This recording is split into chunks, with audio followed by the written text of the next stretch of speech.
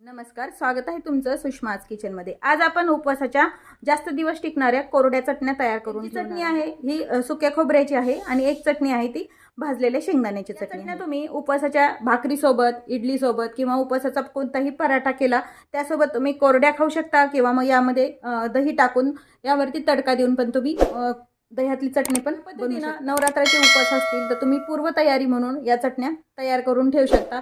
या चटण्या छान महिना ते 1.5 महिना व्यवस्थित चटण्या कशा तयार करायच्या ते पाहूया। उपवासाच्या 2 प्रकारच्या चटण्या पाहणार आहोत। ह्या चटण्या आहेत त्या आपण कोरड्या तयार करणार आहोत। त्यासाठी मी 1 वाटी खोबऱ्याचे काप करून घेतलेले आहेत आणि भाजून साल काढून घेतलेले शेंगदाणे आहेत।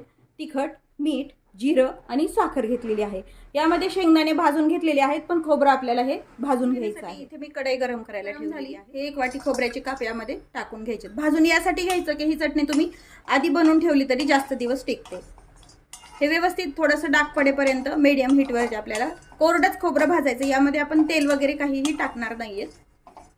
आता हे छान खोबऱ्याला एखाद दुसरा डाग पडेपर्यंत आपण हे भाजून घेतले। पाहू शकता तुम्ही, फारही काळं करायचं नाही ना, मग चटणीचा रंग पण काळा येतो।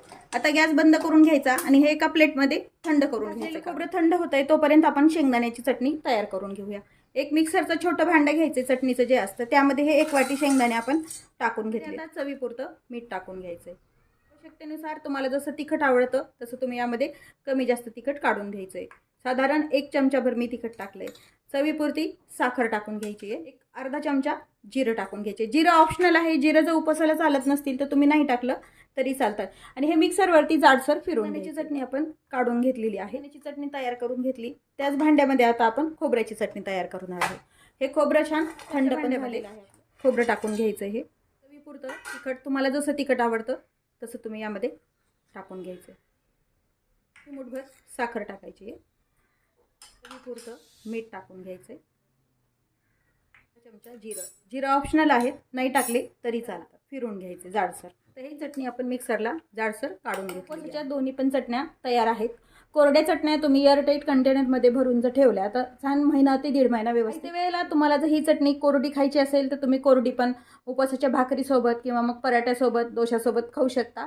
किंवा मग यामध्ये थोडंसं दही घालून तुम्ही यावरती छान जिऱ्याचा तडका जर दिला तर पातळ चटणी तुम्ही अशी दह्यात कालवलेली चटणी पण पद्धतीनं रेसिपी नक्की करून पहा। तसेच रेसिपीला लाईक करा, चॅनलला सबस्क्राईब करा, तसेच बेल नोटिफिकेशन पण ऑलवर प्रेस करा म्हणजे तुम्हाला माझ्या प्रत्येक नवीन रेसिपीचं नोटिफिकेशन सर्व नवीन रेसिपीसोबत पुन्हा भेटूया। तोपर्यंत बाय बाय। व्हिडिओ पाहिल्याबद्दल खूप धन्यवाद।